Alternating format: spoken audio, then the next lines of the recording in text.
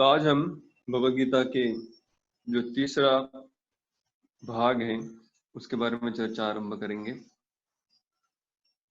तो काफी दिन हमने गीता के लेक्चर अभी लिए नहीं, क्योंकि जितना हमने चर्चा की, जितना हमने पढ़ा सीखा, उसको अपने बुद्धि में समेटने के लिए, उसको पढ़ने के लिए, उसके प्रश्न उत्तर की तैयारी करने के लिए कुछ समय मिला था सबको। तो अपेक्षा करते हैं कि सबने कुछ तो प्रयास उस दिशा में किया होगा।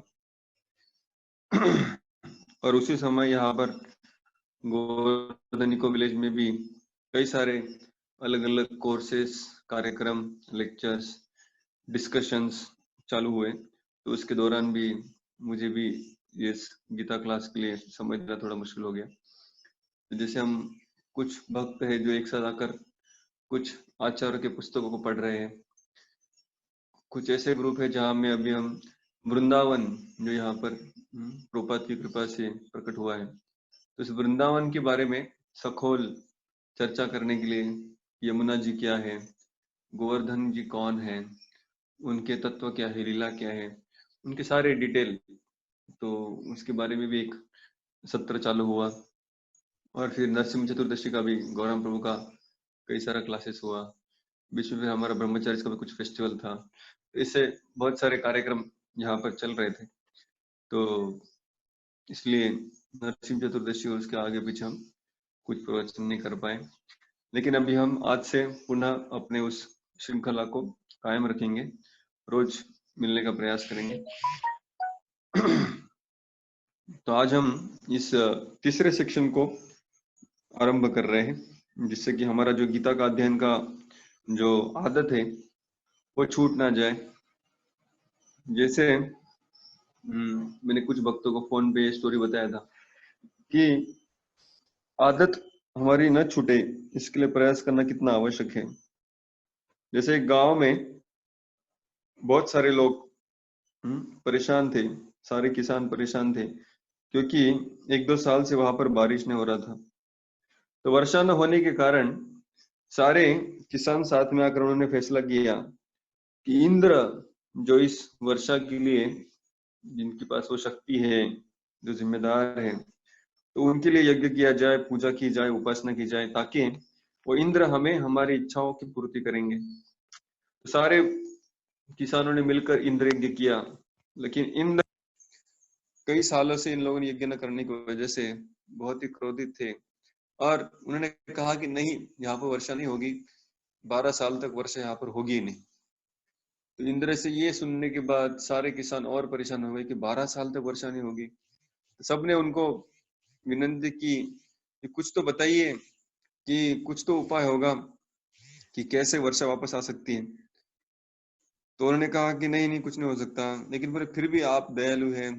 तो फिर इंद्र ने कहा कि ठीक है, अगर शंकर जी डमरू बजाए, तो महादेव अगर अपने डमरू बजाए, तो आपके गांव में वर्षा हो सकती है। तो सारे लोग खुश हो गए, चलो अभी शिव जी की आराधना करेंगे, उनको विनती करेंगे कि कृपया आप डमरू बजाइए, क्योंकि इंद्र ने तो वर्षा न करने का तय कर लिया है। अगर आप डमरू बजाएंगे तभी 12 साल के पश्चात, या अगर आप पहले बजाते हैं तो पहले वर्षा हो सकती है।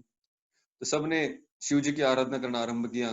तब तक इंद्र जाकर शिव जी को मिले और कहा कि ये गांव में वर्षा नहीं करने का इरादा है इस साल, इसलिए आप भी उनको कह देना कि इस बार वर्षा नहीं होगी। तो सारे लोगों ने पूछा कि शिव जी की, शिव जी प्रकट हो गए, आशुतोष है।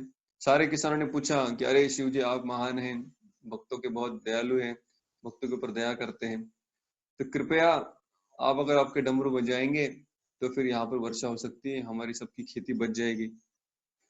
तो शिव जी ने कहा कि नहीं नहीं, अभी मैं डमरू नहीं बजाऊंगा, अभी बजाऊंगा डमरू, लेकिन 12 साल के बाद ही बजाऊंगा, तो उस समय वर्षा होगी, आप चिंता ना करो, 12 साल के बाद मैं डमरू बजाऊंगा और उसमें वर्षा होगी।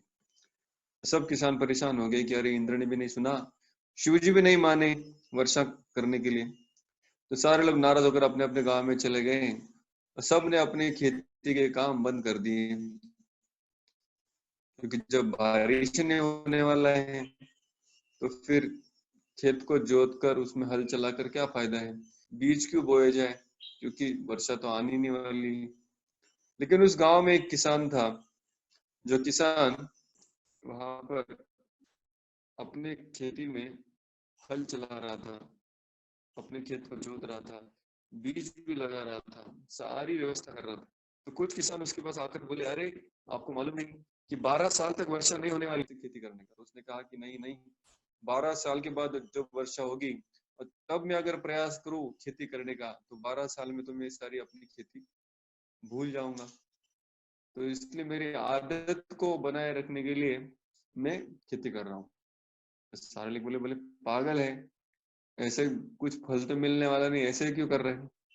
तो उस व्यक्ति का जो जवाब था, वो गौरी यानी पार्वती जी ने सुन लिया। तो पार्वती जी शंकर के पास गए और कहा कि देखा वो किसान उस गांव में, भले आपने डमरू बजाना मना कर दिया, फिर भी एक किसान अभी भी वहां पर अपने खेत में काम कर रहा है। तो शिव जी ने कहा कि हाँ मैंने सुना, उसने कहा कि आदत छूट जाएगी इसलिए कर रहा है, तो अच्छी बात है, करने दो, 12 साल के बाद वर्षा होगी। पार्वती जी ने कहा नहीं, लेकिन उसने जो बात कही वो बहुत महत्वपूर्ण है कि 12 साल के बाद वो किसान खेत में काम करना भी भूल सकता है। तो उसी तरह आप भी ये जो डमरू बजाना जानते हैं, शायद 12 साल के बाद भूल जाएंगे डमरू कैसे बजाना है। तो शिव जी ने सोचा सही बात है, जरा लाओ मेरा डमरू, देख लेता हूँ मुझे बजाने को आता है कि नहीं। और तुरंत शिव जी ने डमरू बजाया और वर्षा हुई। और जब वर्षा हुई तो बाकी सब किसान देखते रह गए, लेकिन जो अपनी आदत को बरकरार रखने के लिए जो काम कर रहा था, वो अभी उसको फल मिल गया। तो इस तरह जब हम अपनी आदतों को न छोड़े, तब हम फायदे में रहेंगे। तो इसलिए तो बहुत सारी हमारी पढ़ाई में, हमारे कर्तव्यों में, हम जो भी करना चाहते हैं उसमें बहुत सारी बाधाएं आ सकती है, लेकिन अगर हम अपना प्रयास करते रहेंगे, आदत नहीं छोड़ेंगे, क्योंकि कुछ कुछ चीजों की आदत लगना भी बहुत मुश्किल होता है, और अगर उस आदत को हमने छोड़ दिया तो वापस फिर उसे लागू करना और मुश्किल हो जाएगा। तो सभी भक्तों को धन्यवाद देते हैं कि शॉर्ट नोटिस में भी आप लोग यहाँ पर चर्चा में सहभागी हो रहे हैं। तो इस प्रस्तावना के साथ अभी हम 13वें अध्याय का आरंभ करते हैं। तो 13 से आगे, 13 से 18 तक जो गीता के अध्याय है, उस गीता के अध्याय में अभी ज्ञान का वर्णन होने वाला है। कहने का तात्पर्य है कि अभी तक हमने गीता के पहले 6 अध्याय, गीता के बीच वाले 6 अध्याय और आखिरी के जो 6 अध्याय हैं, उसको हमने 3 भागों में डिवाइड किया था और कहा था कि कैसे ये जो पहले 3 अध्याय, पहले जो 6 अध्याय हैं, वो खास करके कर्म के बारे में बताते हैं। निष्काम कर्मयोग का क्या मार्ग है, कैसे अपने फल की अपेक्षा न करते हुए अगर हम अपने कर्म करते रहे तो हम अपने कार्यों में सफल हो सकते हैं और धीरे धीरे शुद्धिकरण होकर भगवान को प्राप्त कर सकते हैं। तो इसलिए इस पहले 6 अध्याय में खास करके कर्म के बारे में विवरण आया था। जो बीच वाले 6 अध्याय थे, उनमें भक्ति का वर्णन आया था कि कैसे हर कोई जीव जो शरीर से भिन्न है किंतु अंश है और खास करके भगवान के दास है। और जब ये हम जानेंगे तो ये जो ज्ञान था, ये हमें बीच वाले 6 अध्याय में प्राप्त हुआ।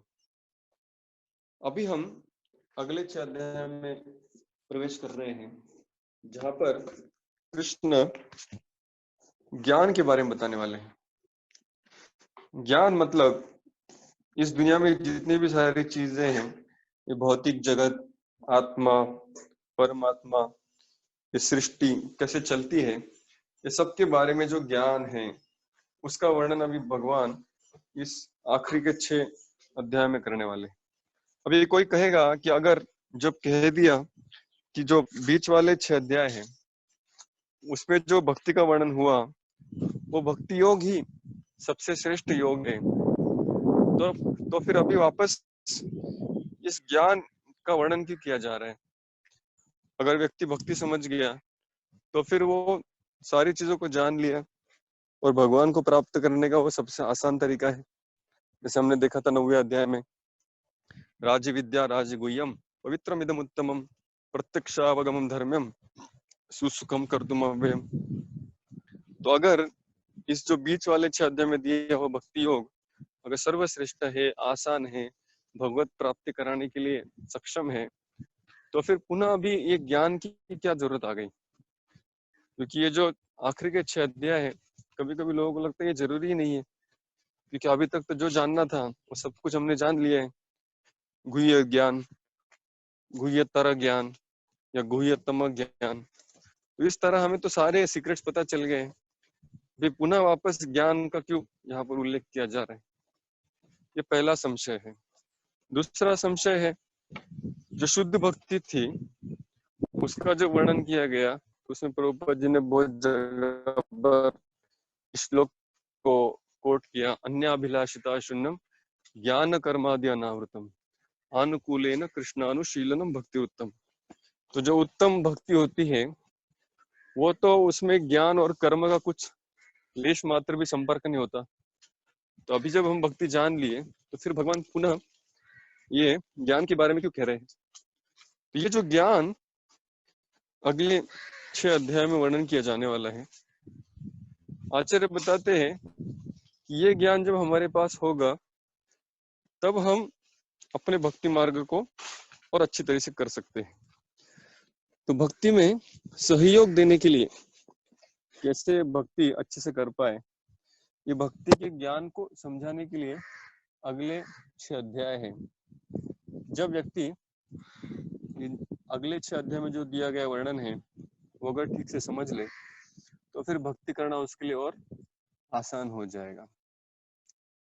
तो ये समझकर हमें इन अगले 6 अध्यायों का अध्ययन करना चाहिए ताकि हमें भक्ति में सुलभता प्राप्त हो।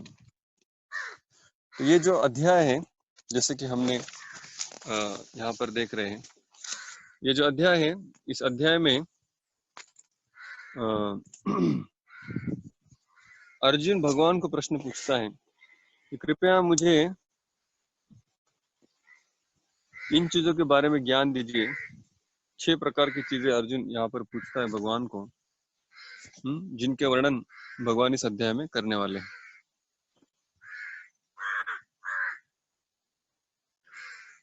तो पहले श्लोक में अर्जुन प्रश्न पूछता है भगवान को, अर्जुन उवाच प्रकृतिम पुरुषम चैव क्षेत्रम क्षेत्रज्ञम एव च एतद्वेदितुम् इच्छामि ज्ञानम ज्ञेयम च केशव। हे केशव, हे कृष्ण, कृपया मुझे इन 6 चीजों के बारे में बताइए। क्या बताइए? प्रकृतिम पुरुषम चैव, कि प्रकृति क्या है, पुरुष क्या है। क्षेत्र क्षेत्रज्ञम एव च, क्षेत्र क्या है, क्षेत्रज्ञ क्या है। एतद् वेदितुम् इच्छामि ज्ञानम ज्ञेयम च केशव। तो 6 चीजें जानने का अर्जुन अभिलाषी है। प्रकृति और पुरुष क्या है, ज्ञानम ज्ञेयम क्या है, और क्षेत्र क्षेत्रज्ञ क्या है। तो ये सारे प्रश्नों के जो 6 प्रश्न के उत्तर है, ये 6 प्रश्न के उत्तर मतलब ये 13वां अध्याय है। जैसे कि आप यहाँ पर देख सकते हैं, जो हमने चार्ट बनाया, इसमें तो भगवान जिस तरह से वर्णन करेंगे उस तरीके से इस अध्याय में विभाग कर दिए गए हैं। तो पहले भगवान क्षेत्र या क्षेत्रज्ञ के बारे में ज्ञान देते हैं।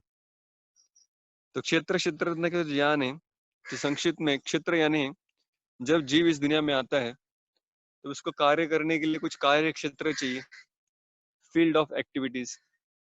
तो जैसे हर व्यक्ति का एक कार्य क्षेत्र होता है, ऑफिस, या फिर अभी लोग वर्क फ्रॉम होम चल रहा है, मतलब उनके लिए अभी ऑफिस क्षेत्र में जाने की जरूरत नहीं है, घर पे बैठ के ही काम हो रहा है। तो क्षेत्र यानी काम करने के लिए जो जगह है। तो उसी तरह आत्मा जब इस जगत में आता है तो उसको कार्य करने के लिए जो जगह दी जाती है उसको कहते हैं क्षेत्र। साधारणतः हर जीव को शरीर प्राप्त होता है जिसके भीतर रहकर वो सारे कार्य करते हैं। तो हर जीव के लिए जो क्षेत्र है उसका खुद का शरीर, और ये शरीर जिस दुनिया में रहता है वो प्रकृति, ये दोनों भी क्षेत्र में ही आते हैं। दूसरा है क्षेत्रज्ञ। तो क्षेत्रज्ञ यानी एक क्षेत्र को जानने वाला, ज्ञ यानी ज्ञान। तो जो इसके बारे में ज्ञान रखता है कि क्षेत्र क्या है, तो अपने कार्य क्षेत्र को जो जानता है, मतलब वहां पर काम करने वाला व्यक्ति। तो जो व्यक्ति है वो क्षेत्रज्ञ है। तो जैसे हम इस शरीर में रहते हैं, अपने शरीर को हम जानते हैं कि अभी मुझे भूख लगी है, प्यास लगी है। मुझे मेरे मन को ये अच्छा लगता है, मेरे मन को वो अच्छा नहीं लगता। मेरी बुद्धि की एक क्षमता है, एक क्षमता नहीं है। तो हमारे अंदर जितने भी तत्व है, उन तत्वों के बारे में हम जानते हैं स्वयं। भले ही हम दूसरे के शरीर के बारे में नहीं जानते ज्यादा, बाहर से ही सिर्फ देखते हैं, लेकिन हम अपने खुद के क्षेत्र को या खुद के शरीर को तो जानते हैं। तो हम सब जो लोग हैं या आत्मा है, उसको कहा जाता है क्षेत्रज्ञ। तो पहले 7 श्लोकों में भगवान एक क्षेत्र और क्षेत्रज्ञ के बारे में वर्णन करेंगे। फिर आगे भगवान ज्ञानम और ज्ञेयम, इसके बारे में वर्णन करेंगे। संक्षिप्त में ज्ञान क्या है?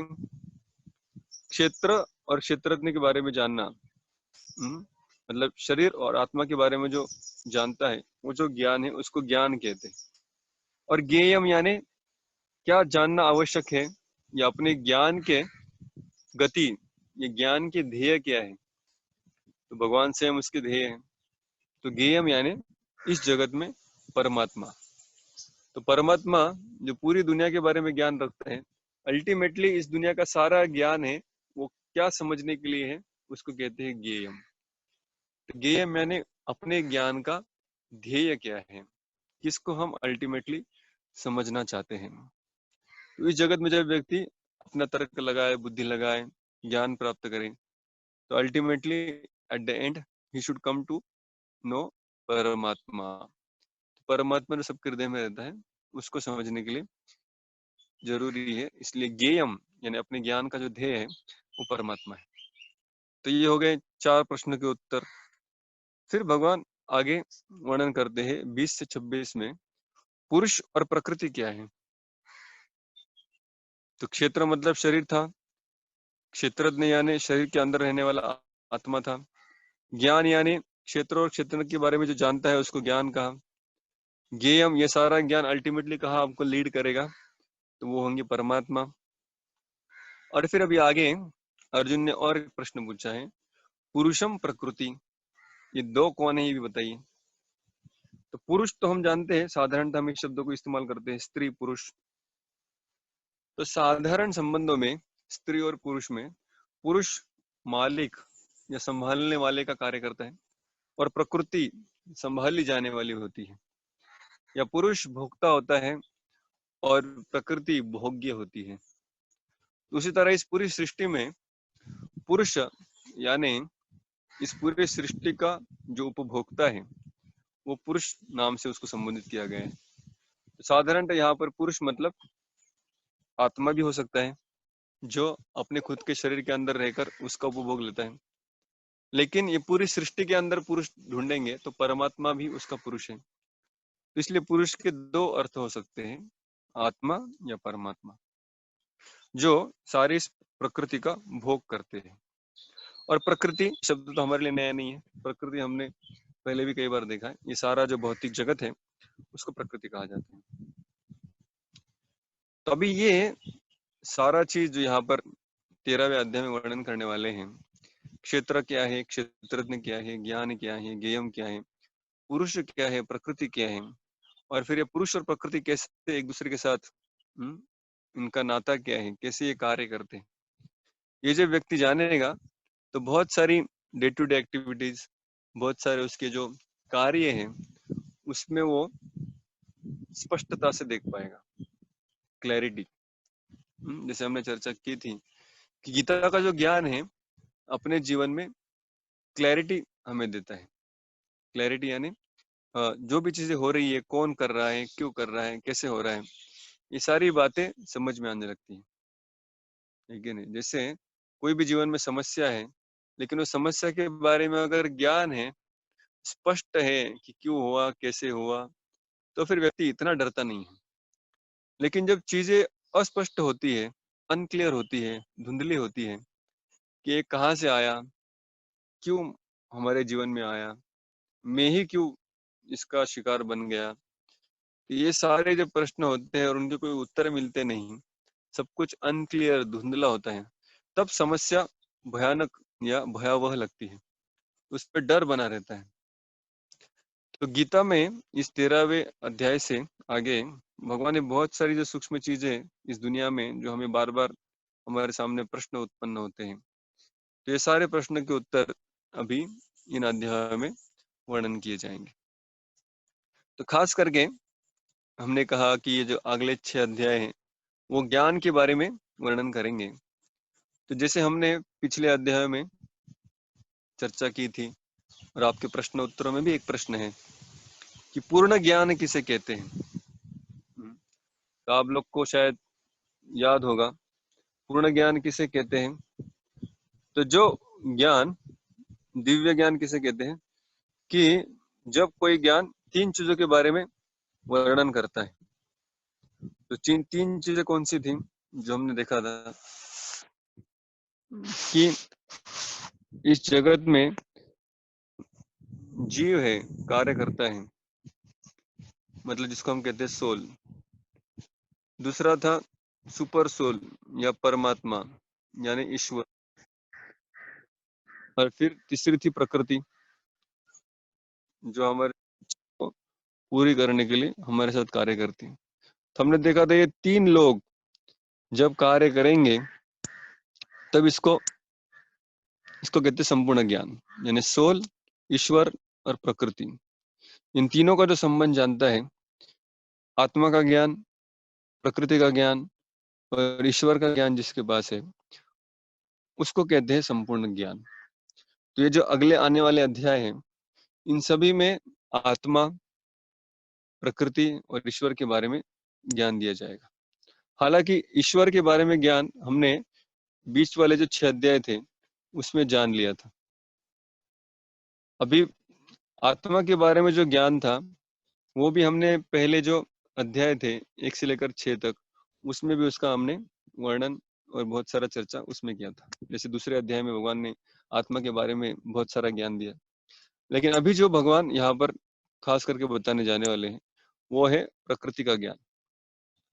तो ये जो अगले 6 अध्याय है उसमें प्रकृति के बारे में ज्यादा चर्चा होगी कि कैसे ये प्रकृति आत्मा के साथ व्यवहार करती है, कैसे प्रकृति के ऊपर ईश्वर का नियंत्रण है, ये यहाँ पर बताया जाएगा। और इस प्रकृति के अंदर जो प्रकृति के 3 गुण हैं, ठीक है नहीं, सत्व, रजस और तमस, तो ये 3 गुणों के बारे में भी वर्णन इस अगले आने वाले 6 अध्याय में होने वाला है।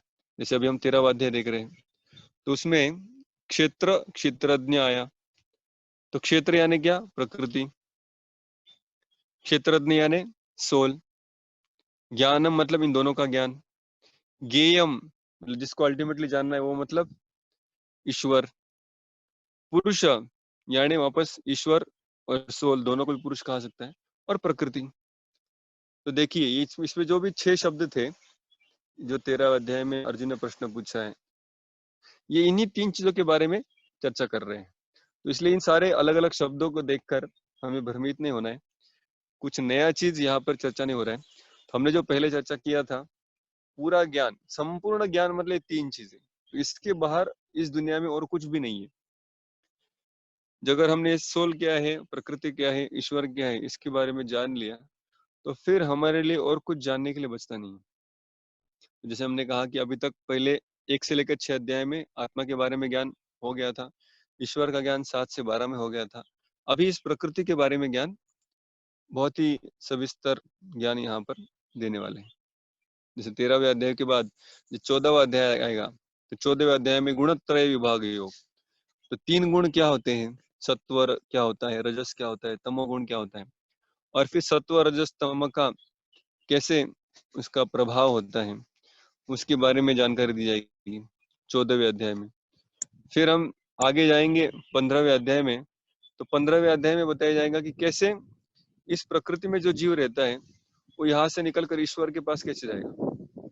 तो प्रकृति से बाहर निकलने का जो मार्ग है वो 15वें अध्याय में बताया जाएगा। तो प्रकृति में जो जीव अटके हैं वो निकलकर बाहर कैसे जाएंगे, तो प्रकृति के बारे में चर्चा होने वाली है। सब लोग जानते हैं 15वां अध्याय तो बहुत फेमस है, आपने पढ़ा भी होगा। ऊर्ध्वम मूलम अधशाखम अश्वत्थम प्राहुरव्ययम छंदांसि यस्य पर्णानि यस्तम वेद स वेदविद। तो कैसे पूरा जगत उल्टे वृक्ष की तरह उसकी उपमा दी जाएगी भगवान के द्वारा। और फिर इस वृक्ष के मूल क्या है, शाखाएं क्या है, फल क्या है, इसके ऊपर कौन बैठा है, कैसे इस वृक्ष से निकल सकते हैं बाहर, तो ये सारा प्रकृति का वर्णन ही 15वें अध्याय में भी आने वाला है। फिर हम 16वें अध्याय में जाएंगे, तो 16वें अध्याय में क्या वर्णन है, असुर और सुर का वर्णन है। तो जो 16वां अध्याय है, तो सुर कौन से होते हैं, जो सत्वगुण से प्रभावित है उनको सुर कहते हैं, और जो रजो तमोगुण से प्रभावित है वो असुर है। तो पुनः प्रकृति के 3 गुणों के बारे में चर्चा हो रही है, सुर और असुर की चर्चा होगी 16वें अध्याय में। फिर 17वें अध्याय में पुनः ये जो 3 गुण हैं, इस पूरी दुनिया में जितनी भी चीजें हैं, उन सारी दुनिया की जो चीजें हैं उनको कैसे ये 3 गुण प्रभावित करते हैं, उसका वर्णन भी आएगा 17वें अध्याय में। तो पुनः 3 गुणों के बारे में ही चर्चा होने वाली। तो कहने का मतलब है 13, 14, 15, 16, 17 ये सारे अध्याय अभी प्रकृति के बारे में ही चर्चा करने वाले हैं। इसलिए अभी हमारा जो अगले आने वाले दिनों में हम चर्चा करने वाले हैं वो खास इस प्रकृति के बारे में चर्चा करने वाले हैं। तो 13वें अध्याय में प्रकृति यानी क्षेत्र या प्रकृति स्वयं, उसका वर्णन यहाँ पर होने वाला है। 14वें अध्याय में प्रकृति के 3 गुण, सत्वगुण, रजोगुण, तमोगुण क्या है, उसका डेफिनेशन, उसका इफेक्ट्स, वो सब 14 चैप्टर में आएगा। 15 चैप्टर में प्रकृति एज अ होल, भौतिक जगत, इसकी उपमा वृक्ष से की करके इस प्रकृति से कैसे व्यक्ति निकलकर ईश्वर तक पहुंच पाएगा, वो 15वें अध्याय में है। 16वें अध्याय में सत्वगुण से प्रभावित सुर और रजो और तमोगुण से प्रभावित असुर, उसका वर्णन आएगा। और 17वें अध्याय में सारे सृष्टि के जितने पदार्थ हैं, ज्ञान है, तपस्या है, वाचा है, खाने के पदार्थ है, म्यूजिक है, जो भी है, ये सारे तत्व कैसे इन 3 गुणों से प्रभावित होते हैं, आहार हो, विहार हो, ये सब कुछ वर्णन 17वें अध्याय में आएगा। और फिर 18वां अध्याय जो है वो जितने भी हमने अभी तक गीता में चर्चा की वो सबका सारांश वो 18वें अध्याय में किया जाएगा। तो ये ईश्वर, प्रकृति और आत्मा, इस सबका वर्णन एक साथ 18वें अध्याय में किया जाएगा। तो कहने का मतलब है पहले 6 अध्याय में आत्मा का वर्णन हुआ था, फिर ईश्वर का वर्णन मैक्सिमम बीच वाले 6 अध्याय में हुआ था। तो अभी जो 13 से लेकर 17 तक जो अध्याय है, 5 अध्याय, वो प्रकृति के लिए दिए जाएंगे, और जिसका सारांश फिर सबका कंक्लूजन जो रहेगा, समरी, वो 18वें अध्याय में पुनः किया जाएगा। तो ये जो अध्याय है 13, 14, 15, 16, 17 जो प्रकृति के बारे में चर्चा करेंगे, ये बहुत ही छोटे छोटे अध्याय हैं, तो ज्यादा श्लोक इनमें नहीं है। तो 5 ही अध्याय है जो बहुत जल्दी जल्दी पढ़ के हो सकते हैं। और इसमें जो ज्ञान हम देखने वाले, बहुतांश ज्ञान हमने अभी तक पढ़ लिया है अलग अलग जगह पर, टुकड़ा टुकड़ा में, लेकिन अभी वो सारा ज्ञान एक जगह पर हमें मिलेगा। तो 20 प्रस्तावना के साथ हम 13वें अध्याय को आरंभ करते हैं। तो जैसे हमने कहा कि इस अध्याय में अर्जुन ने प्रश्न पूछे और फिर उसके उत्तर भगवान ने दिए। तो पहला श्लोक हमने देखा कि कैसे अर्जुन ने भगवान को प्रश्न पूछा, प्रकृतिम पुरुषम चैव क्षेत्रम क्षेत्रज्ञमेव च एतद् वेदितुम् इच्छामि ज्ञानम ज्ञेयं च केशव। तो उसका उत्तर भगवान यहाँ पर देते हैं। श्री भगवान उवाच इदं शरीरं कौन्तेय क्षेत्रम इति अभिधीयते एतद् यो वेत्ति तं प्राहुः क्षेत्रज्ञ इति तद्विदः। श्री भगवान म्हणाले, हे कौंतेय, या शरीराला क्षेत्र म्हटले जाते आणि जो या शरीराला जाणतो त्याला क्षेत्रज्ञ म्हटले जाते। तो भगवान यहाँ पर क्लियर बता रहे हैं। तो पहला प्रश्न था क्षेत्र कौन है, तो क्षेत्र कौन है, भगवान यहाँ पर बताया कि ये जो शरीर है, इस शरीर को ही क्षेत्र कहा गया। और क्षेत्रज्ञ कौन है, जो क्षेत्र के बारे में जो जानकारी रखता है उसको क्षेत्रज्ञ कहा गया। तो इसको उत्तर भगवान यहाँ पर दे दिया। तात्पर्य श्रील प्रभुपाद लिखते हैं, अर्जुनाला प्रकृति, पुरुष, क्षेत्र, क्षेत्रज्ञ, ज्ञान व ज्ञेय याबद्दल जिज्ञासा होती. या सर्वांबद्दल जेव्हा त्याने श्रीकृष्णांकडे पृष्ठा केली तेव्हा श्रीकृष्ण म्हणाले की या शरीराला क्षेत्र असे म्हणतात आणि जो या शरीराला जाणतो त्याला क्षेत्रज्ञ असे म्हणतात. हे शरीर म्हणजे बद्ध जीवांचे कार्यक्षेत्र आहे. जीव या संसारात गुरफटलेला असतो व तो भौतिक प्रकृतीवर प्रभुत्व गाजवण्याचा प्रयत्न करत असतो. म्हणून भौतिक प्रकृतीवर प्रभुत्व गाजवण्याच्या त्याच्या क्षमतेनुसार त्याला कार्यक्षेत्र प्राप्त होते. हे कार्यक्षेत्र म्हणजे शरीर होय. आणि शरीर म्हणजे काय?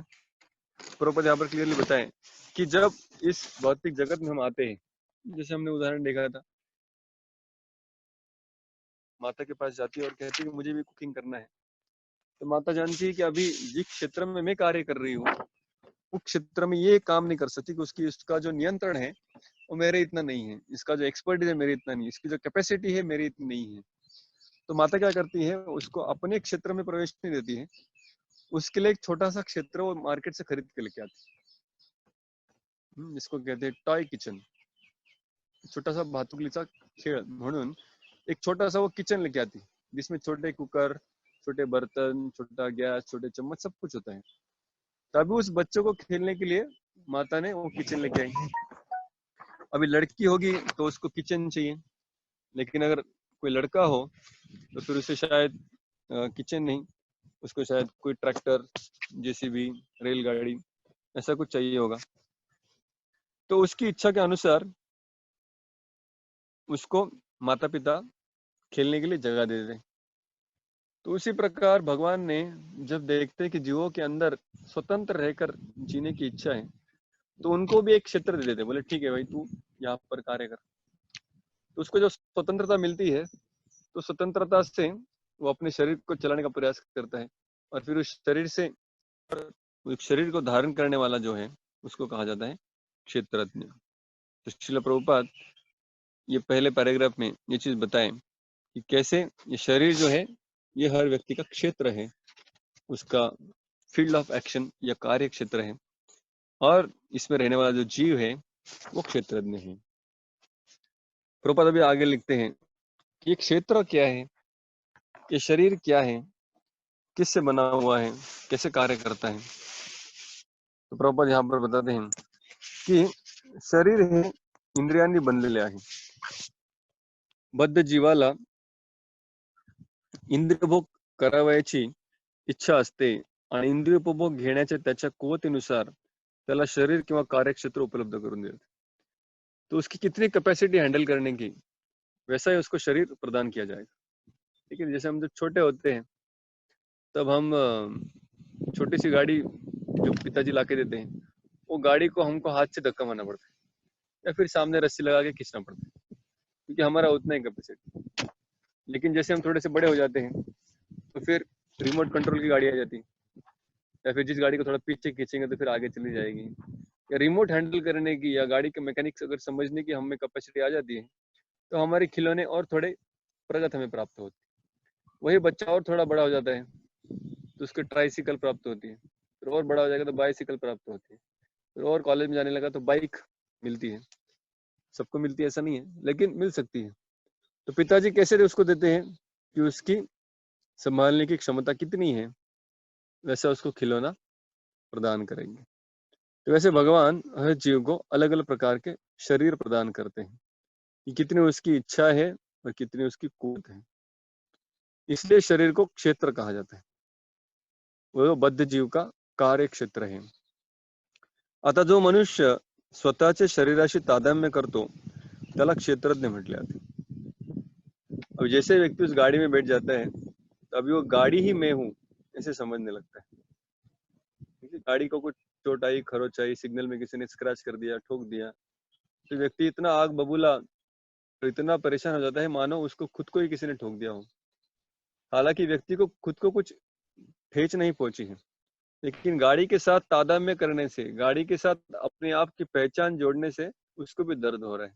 लेकिन क्योंकि स्क्रैच तो बाजू वाले की गाड़ी को भी आया है, लेकिन उसकी वजह से दर्द नहीं है. दर्द क्यों है?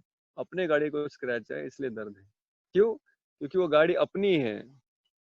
तो कुछ समय तक अपनी लगती और कुछ समय के बाद मैं हूँ गाड़ी हूँ. मैंने जो गाड़ी को ठेस पहुंचती है तो अपने आप को दर्द होता है। ये क्यों होता है? क्योंकि अपनी पहचान उसने गाड़ी के साथ लगा ली। प्रभुपाद कहते हैं वैसे ही जब ये व्यक्ति बद्ध जीव जब इस शरीर के साथ अपनी पहचान बना लेता है, तादात्म्य कर लेता है, तब वो क्षेत्रज्ञ उस बद्ध जीव को कहा जाता है। प्रभुपाद कहते हैं क्षेत्र और क्षेत्रज्ञ के बीच में फर्क जानना बहुत बड़ा मुश्किल काम नहीं है, कॉमन सेंस है। संस्कृत शब्द है, पहली बार सुन रहे इसलिए शायद मुश्किल लग सकता है, लेकिन क्षेत्र आणि क्षेत्रज्ञामधील भेद जाणणे फारसे काही कठीण नाही.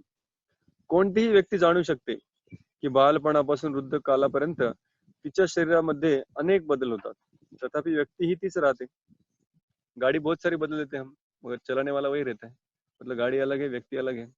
उसी प्रकार शरीर भी अलग अलग अवस्था से जाते हैं, तो शरीर अलग है, जीव अलग है. याप्रमाणे क्षेत्र आणि क्षेत्रज्ञामध्ये भेद आहे. अशा रीतीने बद्ध जीवात्मा जाणतो की आपण शरीरापासून भिन्न आहोत. प्रारंभी वर्णन करण्यात आले आहे की देहेस्मिन देहिनोस्मिन अथा देहे कौमारं यौवनम जरा. तो जीव हा देहस्थ असतो आणि देहाचे बालपणातून कौमार्यात, कौमार्यातून तारुण्यात आणि तारुण्यातून वृद्धावस्थेमध्ये स्थित्यंतर होत असते. देहाचा स्वामी असणारा जाणू शकतो की देहामध्ये स्थित्यंतरे होत आहेत. या देहाचा स्वामी म्हणजे क्षेत्रज्ञ होय. काही वेळा आपण विचार करतो की मी मनुष्य आहे, मी स्त्री आहे, मी कुत्रा आहे, मांजर आहे. या सर्व क्षेत्रज्ञांच्या उपाधी आहेत, परंतु क्षेत्रज्ञ हा शरीरापासून भिन्न असतो. आपण जरी आपले कपडे इत्यादी वापरतो तरी आपण जाणतो की वापरलेल्या वस्तूंहून आपण भिन्न आहोत. त्याचप्रमाणे थोडेसे चिंतन केल्यास आपण जाणू शकतो की आपण शरीरापासून भिन्न आहोत. मी, तुम्ही किंवा इतर जे शरीर धारण करतात त्यांना क्षेत्रज्ञ म्हटले जाते आणि शरीराला क्षेत्र असे म्हटले जाते. तो इस तरह प्रभुपाद लिख रहे हैं, क्षेत्र क्या है? शरीर है. क्षेत्रज्ञ क्या है? आत्मा है. दोनों में अंतर है, कैसे जान सकते हैं? क्योंकि शरीर बदलता रहता है, आत्मा बदलता नहीं. शरीर में बहुत सारे परिवर्तन होते रहते हैं, आत्मा में परिवर्तन होते नहीं. तो इस तरह पहले प्रश्न का उत्तर अर्जुन को यहाँ पर भगवान ने दे दिया. तो इसी तरह हम अभी सिर्फ श्लोक देख लेंगे ताकि इस पूरे अध्याय की जो श्रृंखला है समरी हमें समझ में आएगी, और फिर मुझे लगता है कल से हम फिर तात्पर्य में प्रवेश करेंगे ताकि फिर 2 बार हमारा रिवीजन हो जाएगा, ताकि ये समझने के लिए आसान हो जाएगा.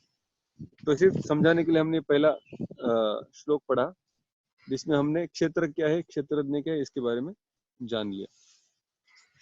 तो अगले श्लोक में भगवान कहते हैं क्षेत्रज्ञम चापि माम विद्धि सर्व क्षेत्रेषु भारत क्षेत्र क्षेत्रज्ञयो ज्ञानम यज्ञानम यत् तज्ज्ञानम मतम मम.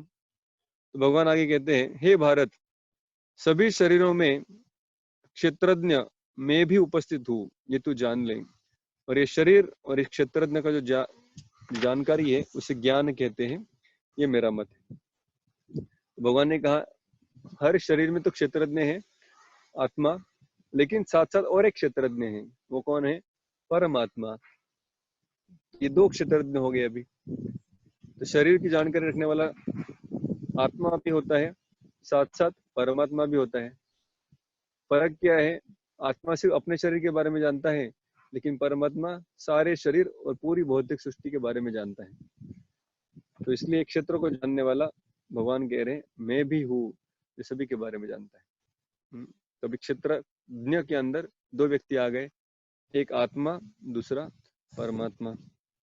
और इन दोनों का जो ज्ञान है क्षेत्रज्ञ और क्षेत्रज्ञ का, उसको ही ज्ञान कहा गया है. तत्क्षेत्रम यच्च यादृक् यद्विकारी यतश्च यत् सचयो यत् प्रभावश्च तत्समासेन मे शृणु. भगवान यहाँ पर कह रहे अभी मैं तुमको ये क्षेत्र क्या है, क्षेत्रज्ञ क्या है, ये क्या है, ज्ञानम क्या है, ये सब के बारे में वर्णन अगले श्लोकों में कर रहा हूँ. तो भगवान वर्णन करते हैं ऋषिभिः बहुधा गीतम छंदोभिः विविधैः पृथक् ब्रह्मसूत्र पदैश्चैव हेतुम मद्भिः विनिश्चितैः. तो भगवान कहते हैं मैं जो वर्णन करने वाला हूँ कुछ नया वर्णन नहीं करने वाला हूँ. जो वेदांत सूत्रों में, वेदों में जो ऋषि मुनियों ने लिख के रखा है वही ज्ञान वापस दोहरा रहा हूँ, क्योंकि उन लोगों ने भी मैंने जो ज्ञान सुना है उनको वही लिखते हैं. तो वेद लिखने वाले जैसे व्यासदेव या फिर उसमें जो ज्ञान प्रदान करने वाले पराशर मुनि, इस तरह जो अलग अलग ज्ञान है भगवान कहते हैं उसको मैं दोहराने वाला हूँ. तो भगवान भी अपने जो ज्ञान बताने वाले हैं उसको रेफरेंस देते हैं. तो ये बहुत इंपॉर्टेंट है. जो भी व्यक्ति कुछ बोलता है उस बोलने के लिए रेफरेंस देना जरूरी है शास्त्रों का. तो कृष्ण स्वयं उस नियम को पालन करते हैं कि जब भी कोई आध्यात्मिक चीजों के बारे में चर्चा होती है, ज्ञान देते हैं, तो सब में रेफरेंस क्या है वो बताना जरूरी है। तो वैसे तो भगवान को रेफरेंस देने की जरूरत नहीं, क्योंकि वेद उनकी ही वाणी है, किंतु फिर भी भगवान यहाँ पर वो फॉर्मेलिटी को पूर्ण करते हैं ताकि आगे आने वाले लोग इसको पालन करें। फिर भगवान 6 और 7वें श्लोक में क्षेत्र क्या है उसके बारे में वर्णन करते हैं। महाभूतानि अहंकारो बुद्धि अव्यक्तम एव च इंद्रियाणि दशैकं च पंच च इंद्रिय गोचराः इच्छा द्वेष सुखम दुःखम संघातः चेतना धृतिः एतत् क्षेत्रम समासेन सविकारम उदाहृतम। तो कहते हैं ये जो शरीर है या फिर जो क्षेत्र है जिसके अंदर हम काम कर रहे हैं, इसमें कौन कौन सी चीजें आती है इसका वर्णन कर रहे हैं। तो पूरे ये 24 घटक होते हैं जिनसे ये प्रकृति या क्षेत्र बना है। पंच महाभूत, मिथ्या अहंकार, बुद्धि, अव्यक्त यानी प्रधान, ये सब चर्चा करेंगे हम डिटेल में क्या है। 10 इंद्रिय मन, 5 इंद्रियों के विषय जैसे रूप स्पर्श रस गंध, द्वेष, सुख दुख, समूह, चेतना, धैर्य, ये सारे गुण, ये सारी चीजें जो मिलकर प्रकृति के अलग अलग तत्व हैं और उनके ट्रांसफॉर्मेशंस यानी उनकी विकार है। तो कुछ मूल घटक है और कुछ उसके परिणाम है। ये सारे मिलाकर जो बनता है सृष्टि, उसको कहा गया है क्षेत्र। ये सारे क्षेत्र के बीच व्यक्ति कार्य करता है। तो इसलिए हमने कहा कि जो पहले 7 श्लोक है उसमें क्या ज्ञान दिया गया है, क्षेत्र क्या है, क्षेत्रज्ञ क्या है। तो संक्षिप्त में हमको क्या ज्ञान मिला कि क्षेत्र मतलब जो 24 तत्व और उनके परिणाम, सारी सृष्टि, उसमें हमारे शरीर भी आ गए, वो क्षेत्र है। क्षेत्रज्ञ कौन है? क्षेत्रज्ञ 2 है हमने देखा। एक तो आत्मा जो हर एक शरीर के बारे में जानकर रखता है, और दूसरा परमात्मा जो सारे शरीर और सारी भौतिक सृष्टि के बारे में जानकारी रखते हैं। ये हो गए क्षेत्र और क्षेत्रज्ञ के वर्णन 1 से लेकर 7वें श्लोक में। अभी हम आगे जाएंगे तो पहले ज्ञान क्या है उसके बारे में भगवान वर्णन करेंगे। तो साधारणतः ज्ञान क्या है इसको समझना बड़ा मुश्किल लगता है कि किस चीजों को ज्ञान कहते हैं। तो भगवान अभी आगे आने वाले श्लोकों में ज्ञान क्या है ये बताते हुए कहते हैं कि ज्ञान प्राप्त करने के लिए पहले कुछ गुणों की आवश्यकता है। वो गुण जब व्यक्ति के अंदर रहेंगे, उन गुणों का विकास जब व्यक्ति अपने जीवन में करेगा, तो वो गुणों के द्वारा भगवान जो संतुष्ट होंगे, ददामि बुद्धि योगम तम, तो भगवान खुद ही हमको वो ज्ञान प्रदान करेंगे। तो इसलिए कुछ गुण और फिर उस गुणों को समझने के पश्चात जिन चीजों को हम जान लेते हैं, उस ज्ञान की बातों को भगवान इन श्लोकों में कहेंगे 8 से लेकर 12 तक। अमानित्वम अदम्भित्वम अहिंसा क्षांतिरार्जवम आचार्यो उपासना शौचम स्थैर्यम आत्मविनिग्रह इंद्रियार्थेषु वैराग्यम अनहंकार एव च जन्म मृत्यु जरा व्याधि दुख दोषानुदर्शनम असक्ति अनभिष्वंगः पुत्रदार गृहादिषु नित्यं च समचित्तत्वम् इष्टानिष्टोपपत्तिषु मयि चानन्ययोगेन भक्ति अव्यभिचारिणी विविक्तदेशसेवित्वम् हरति जनसंसदि अध्यात्मं ज्ञाननित्यत्वं तत्त्वज्ञानार्थदर्शनम् एतज्ज्ञानम् इति प्रोक्तम् अज्ञानम् यदतो अन्यथा। एतज्ज्ञानम् इति प्रोक्तम्, ऊपर जो मैंने सारी बातें कही है उसको ज्ञान कहा जाता है। अज्ञानम यद तो अन्यथा, इसको छोड़कर जो भी है उस सब चीजों को अज्ञान कहा जाता है। तो इसका वर्णन प्रभुपाद आगे करते हैं हर एक शब्द का भाषांतर के अंदर। तो प्रभुपाद कहते हैं सबसे पहले जो गुण हमारे अंदर होने चाहिए वो गुण क्या है? सबसे पहला है नम्रता। तो नम्रता पहला क्यों है? तो जब तक नम्रता होगी नहीं तब तक किसी से ज्ञान प्राप्त हो ही नहीं सकता, नहीं। जैसे हम जानते हैं कि जो टैप है वो किसको पानी देता है? जो उसके नीचे आकर हाथ जोड़कर बैठेगा, जो पात्र है उसमें वो पानी डाल सकता है। और टैप के ऊपर से कोई बर्तन पकड़े तो पानी ऊपर नहीं आएगा, पानी नीचे आता है। तो नम्रता मतलब अपने आप को जब हम तुच्छ समझेंगे, अज्ञानी समझेंगे, तब भगवान के सामने बैठेंगे, तब भगवान उस ज्ञान को, जब वक्त हमें उस ज्ञान को प्रदान करेंगे। तो नम्रता, निरअहंकार, अहंकार की भावना न होना, अहिंसा, सहनशीलता, सरलता, आध्यात्मिक गुरु को शरण जाना, पवित्रता, स्थैर्य, आत्मसंयमन, इंद्रिय विषयों का त्याग, मिथ्या अहंकार रहित होना, तो ये सारे गुण हो गए। ये सारे गुण होंगे तो व्यक्ति फिर क्या क्या जानना आवश्यक है? जन्म, मृत्यु, जरा, व्याधि इत्यादियों से ये जो जगत है, इसमें बहुत सारे दुख हैं।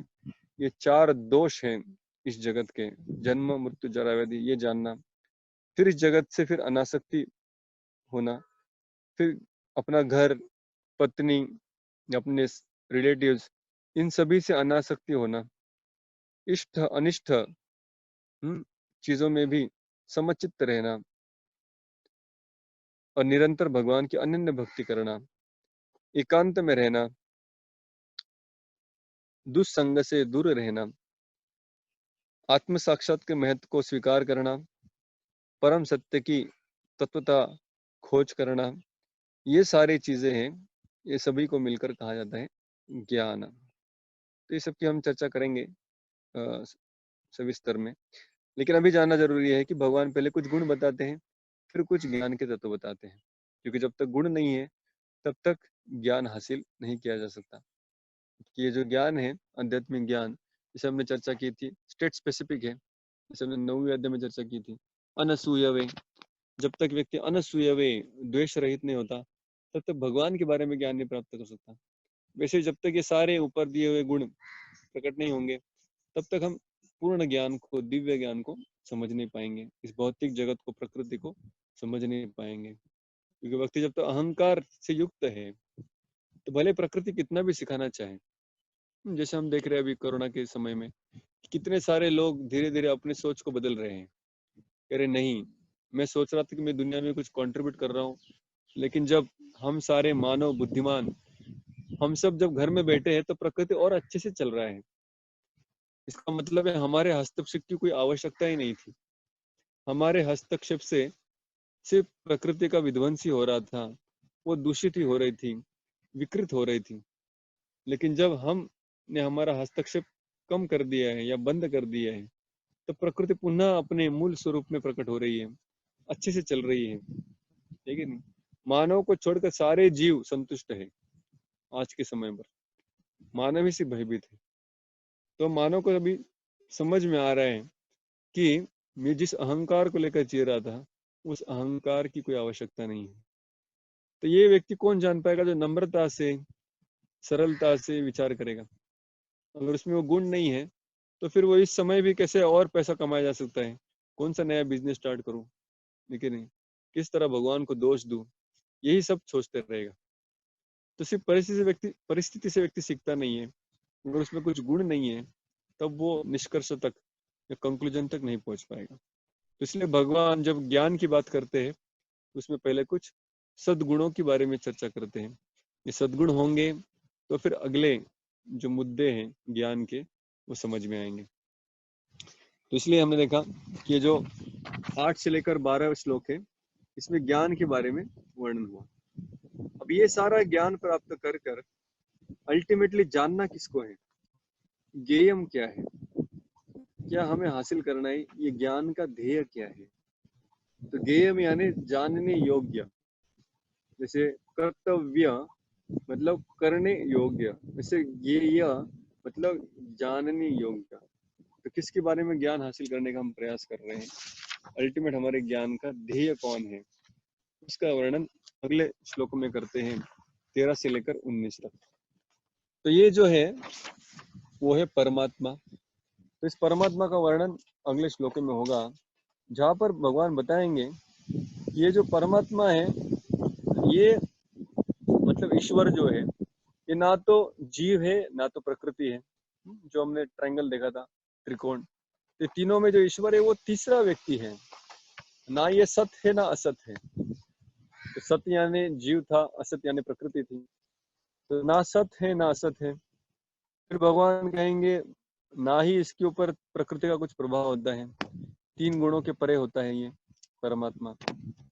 फिर लेकिन ये परमात्मा की वजह से ही प्रकृति को 3 गुण प्राप्त होते हैं और सारे जीवों को भी 3 गुण प्राप्त होते हैं। ये बहुत हमारे पास में रहता है लेकिन फिर भी बड़ा दूर है, क्योंकि हम इसको पहचान नहीं पाते। तो बहुत पास में है लेकिन बहुत दूर है। हमारे अंदर ही रहता है, हमारे बाहर भी रहता है। हमारे अंदर भी परमात्मा के रूप में है, हमारे बाहर भी अलग अलग जीवों में परमात्मा के रूप में उधर भी रहता है। तो अंतर भी है, बाहर भी है, पास भी है, दूर भी है। इसको हम अलग अलग चीजों में डिवाइड कर सकते हैं और फिर भी इसका डिवीजन नहीं हो सकता। मतलब इसके अलग अलग रूप है लेकिन नहीं भी है। ये खुद ही दुनिया को तैयार करता है, खुद ही इसको विध्वंस करता है, खुद ही पालन करता है, खुद ही फिर शोषण करता है। यही प्रकाश का कारण है, यही ज्ञान का कारण है और यही अज्ञान और अंधकार का कारण है। तो इस तरह द्वंद्व में, इस द्वंद्व के स्टाइल में भगवान अभी परमात्मा के बारे में वर्णन करेंगे 14 से लेकर 19 तक। तो वो श्लोक हम पढ़ेंगे। केयम यत्तत् प्रवक्ष्यामि यद्ज्ञात्वा अमृतम अश्नुते अनादि मत्परम ब्रह्म न सत् तत् न सत् उच्यते। गेयम यत् प्रवक्ष्यामि, जिसको जानना है हमें, वो कौन है? यज्ञ ज्ञात्वा अमृतम अश्नुते, जिसको जानने से अमृत तत्व प्राप्त होगा, यानी मोक्ष प्राप्त होगा। अनादि मत परम ब्रह्म, तो ये जो परमात्मा है वो कैसा है? अनादि है, मत परम है, मेरी ही शक्ति है, ब्रह्म है यानी स्पिरिचुअल है, न सत मतलब जीव नहीं है, न असत न प्रकृति की तरह अशाश्वत है, उच्चते। तो यहाँ पर कहा गया है कि जो ब्रह्म है, या खास करके जो परमात्मा का स्वरूप है, जो ब्रह्म है यानी स्पिरिचुअल है, उसके बारे में भगवान यहाँ पर वर्णन करेंगे। तो आखिरी के श्लोक में बताएंगे ये सारा वर्णन किसका हो रहा है, कि परमात्मा का वर्णन हो रहा है। तो शुरुआत में नहीं बताएंगे, आखिरी श्लोक में बताएंगे।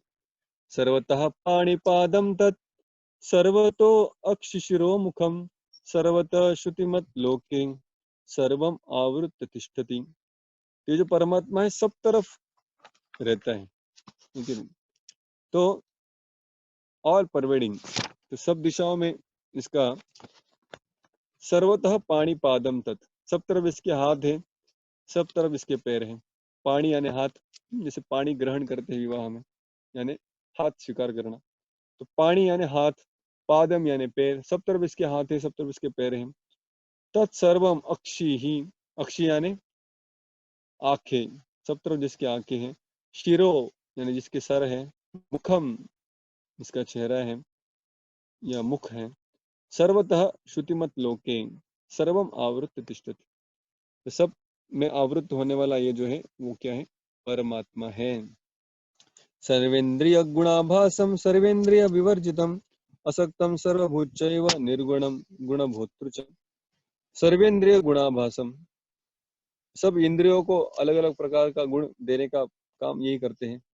सर्वेन्द्रिय विवर्जितम, लेकिन ये खुद की इंद्रिय नहीं है, मतलब भौतिक इंद्रिय नहीं है। असक्तम सर्वभूतैव निर्गुणम गुणभोक्तृ च, सबको गुण प्रदान करता है लेकिन खुद निर्गुण है। फिर आगे कहते हैं बहिरंतश्च भूतानां अचरम चरम एव च सूक्ष्मत्वात् अत अविज्ञेयम दूरस्थम चान्तिके च तत्। दूरस्थम हमसे बहुत दूर है, क्योंकि उसको देख नहीं पा रहे, हम अब तक समझ नहीं पा रहे, अनुभव नहीं कर पा रहे, महसूस नहीं कर पा रहे। दूरस्थम च अंतिके, लेकिन हमारे अंदर ही बैठा है, बहुत दूर नहीं है। बहिरंतश्च, हमारे बाहर भी है अलग अलग रूपों में, हमारे अंदर भी परमात्मा के रूप में है। तो इस तरह बताए तो ये परमात्मा है। अविभक्तम च भूतेषु विभक्तम इव च स्थितम भूत भर्तुर च यज्ञेयम ग्रसिष्णु प्रभ विष्णु च। अविभक्तम, जिसके टुकड़े नहीं किए जा सकते, लेकिन साथ साथ अलग अलग टुकड़ों में वो सबके हृदय में रहता भी है। भूत भर्तुर, सबका भरता है, पोषण करता है। ग्रसिष्णु, विध्वंस करता भी है। प्रभ विष्णु, प्रलय करता भी वही है। तो इस तरह तू ही सवारे तू ही बिगाड़े, तो इस तरह यहाँ पर वर्णन किया जा रहा है परमात्मा का। ज्योतिषाम अपि तज्ज्योति तमस परमुच्यते ज्ञानम ज्ञेयम ज्ञानगम्यम हृदय सर्वस्य विष्टितम ज्योतिषाम अपि तज्ज्योति। तो प्रकाश देने वाले भी वही है, सब प्रकाशमान चीजों को। तमस परम उच्चते, अंधकार भी उनसे आता है। ज्ञानम ज्ञेयम ज्ञानगम्यम, तो ज्ञान भी वही है, ज्ञेय भी वही है, ज्ञानगम्यम भी वही है। इसके बारे में चर्चा करेंगे। तो इस तरह हर तरफ जो रहते हैं वो परमात्मा है, वो हमारे लिए ज्ञेय है। इति क्षेत्रम तथा ज्ञानम ज्ञेयम च उक्तम समासतः मद्भक्ता एतद् विज्ञाय मद्भावाय उपपद्यते। ये जो मैंने अभी तक ज्ञान दिया, तो पहले 7 श्लोकों में क्या ज्ञान दिया? क्षेत्र क्या है, क्षेत्रज्ञ क्या है। और अभी उसके बाद 8 से लेकर 12 में कौन सा ज्ञान दिया? ज्ञान क्या है, उसके बारे में बताया। और अभी 13 से लेकर 18 तक के श्लोक तक बताया कि वो ज्ञेयम यानी परमात्मा कौन है, हमारे ज्ञान के ध्येय कौन है। तो भगवान अभी सारांश कर रहे, अभी तक जो बताया उसका कह रहे हैं।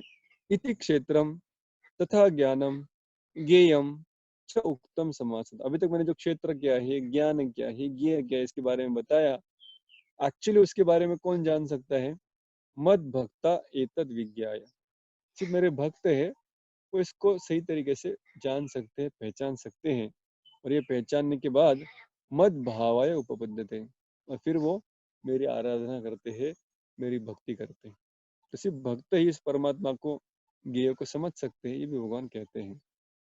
तो अभी तक हमने क्षेत्र क्या है, क्षेत्रज्ञ क्या है, ज्ञान क्या है, ज्ञेय क्या है, 4 प्रश्न के उत्तर हो गए। तो बच्चे 2 ही प्रश्न, प्रकृति क्या है, पुरुष क्या है।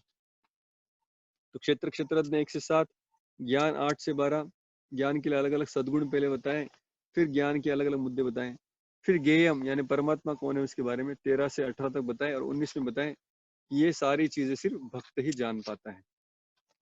अभी बचे हुए श्लोकों में प्रकृति और पुरुष इसके बारे में वर्णन करने वाले हैं।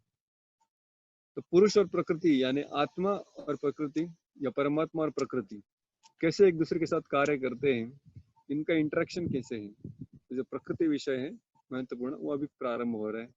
तो 20 से लेकर 26 तक 7 श्लोकों में इसका वर्णन आएगा कि किस तरह ये दोनों मिलकर कार्य करते हैं, व्यक्ति और उस प्रकृति, उसका शरीर, ये भौतिक जगत या माया शक्ति। तो 20वें श्लोक में भगवान कहते हैं प्रकृतिम पुरुषम चैव विद्य अनादि उभावपि विकारांश गुणांश्चैव विद्धि प्रकृति संभवान। प्रकृतिम पुरुषम चैव विद्धि अनादि उभौ अपि। उभौ यानी दोनों, अनादि यानी दोनों भी अनादि है। प्रकृति और पुरुष ये जो 2 चीजें हैं, ये दोनों भी अनादि है, अनादि काल से इनका अस्तित्व है। विकारांश गुणांश विद्धि प्रकृति संभवान, लेकिन जो अलग अलग तरह के विकार और ट्रांसफॉर्मेशंस, परिवर्तन हमें जो दिखते हैं और अलग अलग प्रकार के गुण दिखते हैं, सत्व गुण, रजोगुण, तमोगुण, ये कहाँ से आते हैं? प्रकृति संभवान। तो ये प्रकृति ये सारे गुण प्रकट करती है, ये अलग अलग प्रकार के परिवर्तन कराती है। वो कौन है? प्रकृति है। तो पुरुष नहीं करता, तो पुरुष में उतनी क्षमता नहीं कि वो सारे ये बदल कर पाए। तो पुरुष क्या करता है? पुरुष यानी आत्मा को जब ये शरीर मिलता है प्रकृति से, तो शरीर के साथ जब अपना वो संबंध स्थापित करता है और इस शरीर को ही स्वयं की पहचान बना लेता है। जैसे हमने कहा कि आत्मा को तो स्क्रैच हो ही नहीं सकता, आत्मा में परिवर्तन हो ही नहीं सकता, लेकिन जब ड्राइवर गाड़ी के अंदर बैठा, गाड़ी को स्क्रैच हो गया तो आत्मा को भी तकलीफ हो रहा है। तो ये सारा सुख और दुख क्यों हो रहा है? क्योंकि आत्मा ने शरीर के साथ तादाम्य, पहचान बना ली है। उसी तरह ये सारे जो परिवर्तन है, ये सारे प्रकृति में हो रहे हैं, शरीर में हो रहे हैं, दुनिया में हो रहे हैं। हम जो आत्मा है इससे हमेशा ही अलग रहते हैं, ये यहाँ पर बताया जा रहा है। विकारांश गुणांश विद्धि प्रकृति संभवान। पहले तो बता दिया प्रकृति क्या है, पुरुष क्या है।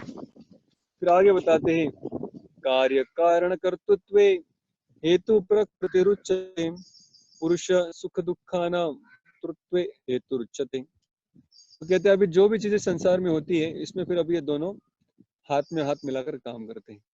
एक भ्रमित जीव है, भ्रमित पुरुष, जो अपने आप की गलत पहचान बना के बैठा है, वो पुरुष। और प्रकृति, फिर ये दोनों मिलकर सारे कार्य कराते हैं. प्रकृती ही सर्व भौतिक कार्यकारणांना कारणीभूत असल्याचे म्हटले जाते, तर जीव संसारातील विविध सुख दुःखांच्या उपभोगास कारणीभूत असल्याचे म्हटले जाते. तो दोनों फिर इस तरह अपना रोल निभाते हैं. जीव इच्छा करता है और प्रकृति उसे पूरा करती है, और इसकी वजह से जीव सुख और दुख का भागीदारी बनता है. फिर आगे कहते हैं, पुरुष प्रकृतिस्थो ही भुंक्ते प्रकृतिजान गुणान कारणम गुण संगस्य सद असत योनि जन्मसु. तो पुरुष प्रकृतिस्थो ही, प्रकृतिस्थ एक जैसे गृहस्थ यानी जो गृह के अंदर रहता है वो गृहस्थ होता है. तो प्रकृतिस्थ यानी प्रकृति के अंदर जो रहता है, शरीर के अंदर जो रहता है वो पुरुष. पुरुष प्रकृतिस्थ. तो शरीर में शरीर धारण करने के बाद ये आत्मा क्या करता है, भुंगते यानी भोग करता है. किसका भोग करता है, प्रकृति जान गुणान. प्रकृति और उसके जो तीन गुण हैं, कभी सत्वगुण का आनंद लेता है, कभी रजगुण का आनंद लेता है, कभी तमोगुण का आनंद लेता है. लेकिन इस गुणों के साथ जब अटक जाता है, कारणम गुणो संगस्य, जब इस गुणों के साथ उसकी आसक्ति संग बढ़ जाता है. संग मतलब आसक्ति, ये शब्द हमने पहले भी देखा था. ध्यायते विषान पुंसाम संगास्तेषु उपजायते. तो संग यानी आसक्ति. तो जब इस तरह से व्यक्ति इन गुणों के साथ खेलने लगेगा, कभी सत्व कभी रजतमो, तो कौन से गुण के साथ खेल रहा है उसके अनुसार सत असत योनि जन्मसु, अलग अलग प्रकार की उसको योनियां प्राप्त होती है. कभी अच्छी योनियां, कभी बुरी योनियां, कभी उच्च योनि, कभी निचली योनि. तो इस तरह से उसे अलग अलग योनि क्यों प्राप्त होती है, क्योंकि यह पुरुष जब प्रकृति के भीतर रहता है, गुणों के साथ खेलने लगता है, अपनी पहचान बनाता है, तो फिर सत्व रज तम इनके अनुसार उसे अलग अलग उच्च या नीची योनि प्राप्ति होगी, अगला जन्म प्राप्त होगा. ये हो गए आत्मा और प्रकृति का संबंध क्या था. हाउस सोल एंड प्रकृति. तो जो ट्रायंगल था उसमें दो लोग लेफ्ट साइड के, तो प्रकृति और पुरुष. पुरुष यानी यहाँ पर अभी आ गया, सिर्फ आत्मा के बारे में चर्चा की हमने, कैसे आत्मा और प्रकृति एक साथ काम करते. अभी ये श्लोक में बताएंगे आगे कि कैसे परमात्मा और प्रकृति कार्य करते हैं. तो कहते परमात्मा कैसे काम करता है, उपदृष्टा अनुमंता, उपदृष्टा अनुमंता च भर्ता भोक्ता महेश्वर परमात्मे पिच्चाप्युक्तो देहेस्मिन् पुरुषः परः. तो अभी तक आपको एक पुरुष के बारे में बताया जो आत्मा इस देह में रहता है, लेकिन अभी पुरुषः परः, अभी और एक पुरुष के बारे में बताने जा रहे हैं. तो कई बार लोग कहते हैं कि नहीं, अंदर एक ही चीज है, आत्मा परमात्मा दोनों एक ही है. भगवान यहाँ पर क्लियरली बता रहे हैं, नहीं, पुरुषः परः. परः यानी दिव्य भी होता है. तो अभी तक जो बताया वो दिव्य नहीं था, तो ये दूसरा पुरुष है. मतलब तो पहले अभी तक आत्मा के बारे में बताया गया, अभी परम आत्मा के बारे में बताया है, पुरुषः परः. अभी तक जो पुरुष था वो साधारण पुरुष था, आत्मा था. अभी जो बताने जा रहे पुरुष वो पर पुरुष है, यानी परमात्मा है. तो ये क्या करता है, तो ये श्लोक बहुत महत्वपूर्ण है. उपद्रष्टा अनुमंता, उपद्रष्टा यानी विटनेस, साक्षी बनकर रहता है. अनुमंता अनुमति देते रहता है अपनी इच्छाओं को. भर्ता भोक्ता महेश्वर, भर्ता यानी हमारा संगोपन करने वाला, भोक्ता यानी ultimately in conclusion he is the supreme enjoyer, Maheshwar वो सारी चीजों का नियंत्रक है. परमात्मा इति च अपयुक्तो, जिसको परमात्मा नाम से पहचाना जाता है, one who is defined as परमात्मा. देहे अस्मिन, इस देह के अंदर ही रहता है हमारे साथ. तो परमात्मा के बारे में पूर्ण ज्ञान इस श्लोक में आया है, 23वें श्लोक में. तो इसका काम क्या है, रहता किधर है, उसकी शक्ति क्या है, ये सारी चीजें यहाँ पर बता दिया. ये जो दूसरा पुरुष है उसके बारे में वर्णन हुआ. अभी हम पुरुष और प्रकृति की चर्चा कर रहे हैं तीसरे सेक्शन में, और इसमें अभी तक हमने आत्मा और प्रकृति की चर्चा की.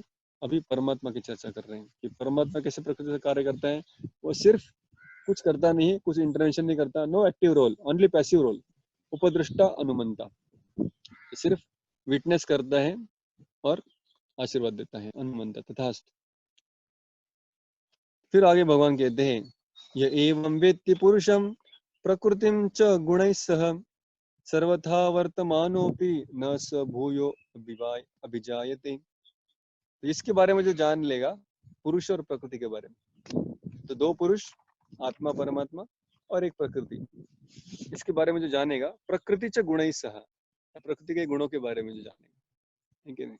अभी इस अध्याय में गुणों का वर्णन अभी तक हुआ नहीं, सत्वगुण रजोगुण तमोगुण। तो ये जानने के लिए अगले अध्याय में अर्जुन प्रश्न पूछेगा, तो फिर 3 गुणों का वर्णन अगले अध्याय में होगा। भगवान कह रहे हैं सर्वथा वर्तमानोपि न स भूयो अभिजायते, पुनः उसका अभिजायते, पुनः आदमी को जन्म नहीं लेना पड़ेगा, मोक्ष प्राप्त होगा अगर वो पुरुष प्रकृति को जान लेगा। पुरुष 2 प्रकार के, आत्मा परमात्मा का भेद जानेगा, और प्रकृति उसकी 3 गुणों के साथ, गुण सह, इतना ज्ञान जिसको होगा, मतलब वापस वही हो गया जो हमने पहले ट्रायंगल बनाया था, सोल, ईश्वर एंड प्रकृति। तो 2 पुरुष और प्रकृति उसके गुणों के साथ, इसका ज्ञान जिसको होगा उसका पुनः जन्म नहीं होगा। तो इसलिए ये वर्णन यहाँ पर आ रहा है। ध्यानेन आत्मनि पश्यन्ति केचित् आत्मानमात्मना अन्ये सांख्येन योगेन कर्म योगेन चापरे। तो कोई कहेगा कि ये 3 चीजों के बारे में ज्ञान कैसे प्राप्त होगा? तो भगवान यहाँ पर वो ज्ञान प्राप्त करने के लिए पुरुष और प्रकृति का अलग अलग तरीके बता रहे हैं। तो ध्यानेन आत्मनि पश्यन्ति, कोई लोग ध्यान करके ही भगवान को ज्ञान प्राप्त करते, तो इसको आचार्य कहते हैं, जो पहला श्लोक है, पहला लाइन, वो दर्शाता है भक्ति। केचित आत्मानम आत्मना, तो जो भगवान में अपना मन लगाते हैं, आत्मानम आत्मना, मन भगवान में लगाते, मन मना भव मद भक्त। तो भगवान में ध्यान, भगवान में मन लगाने वाले जो लोग हैं, भक्त हैं, भक्ति करके इन तीनों को जान लेते हैं। दूसरे अन्य, और जो अन्य लोग हैं, सांख्येन, सांख्य योग के द्वारा जान लेते हैं, योगेन, योगेन मतलब अष्टांग योग से जान लेते हैं, कर्म योगेन च अपरे, और दूसरे कुछ है वो कर्म योग से या निष्काम कर्म योग से जान सकते। तो यहाँ पर सारे योगों का वर्णन हुआ। भक्ति योग से कोई जानते हैं, कोई सांख्य योग से जानते हैं, यानी सांख्य योग और ज्ञान योग एक ही समझ सकते हैं हम। सांख्य योग यानी ज्ञान योग से जानते हैं, और तीसरा अष्टांग योग से जानते हैं, और कर्म योग यानी या निष्काम कर्म योग से जान पाते हैं। तो कैसे इन तीनों के बारे में ज्ञान प्राप्त होगा, उसका भी वर्णन भगवान ने यहाँ पर किया। तो भगवान आगे कहेंगे, अन्ये तु एवं अजानन्तः श्रुत्वा अन्येभ्योपासते तेऽपि चातितरन्त्येव मृत्युं श्रुतिपरायणः। तो कुछ लोग तो होते हैं जो स्वयं कुछ करते नहीं, लेकिन बाकी लोगों से सुन के भी ज्ञान प्राप्त कर सकते हैं इन 3 चीजों के बारे में, और जन्म मृत्यु को पार कर सकते हैं। ये 26वें श्लोक में बताएं। फिर आगे भगवान कहते हैं, अभी यहाँ तक बता दिया पुरुष और प्रकृति का ज्ञान, 2 प्रकार के पुरुष, आत्मा और परमात्मा, प्रकृति यानी भौतिक सृष्टि, आत्मा का और सृष्टि का क्या संबंध है बताया, कि कैसे आत्मा अपने आप को गलत पहचान बनाता है, फिर 3 गुणों के अंदर अटक जाता है, 3 गुणों के साथ खेलते खेलते अलग अलग प्रकार के उच्च नीच शरीर प्राप्त करता है। ये हो गया आत्मा और प्रकृति का संबंध। फिर परमात्मा का और प्रकृति का क्या संबंध है? परमात्मा कुछ उसके साथ खेलते नहीं, वो सिर्फ दूर से ही उपदृष्टा अनुमंता, सिर्फ विटनेस, साक्षी बनकर रहते हैं, और तथास्तु करके अनुमति देते रहते हैं जीव की इच्छाओं के लिए। तो ये पुरुष और प्रकृति का ज्ञान बताया। कैसे ज्ञान प्राप्त होगा? 25वें श्लोक में बताया, कोई भक्ति योग से प्राप्त करेगा, कोई सांख्य या ज्ञान योग से प्राप्त करेगा, कोई अष्टांग योग से प्राप्त करेगा, कोई कर्म योग से प्राप्त कर सकता है।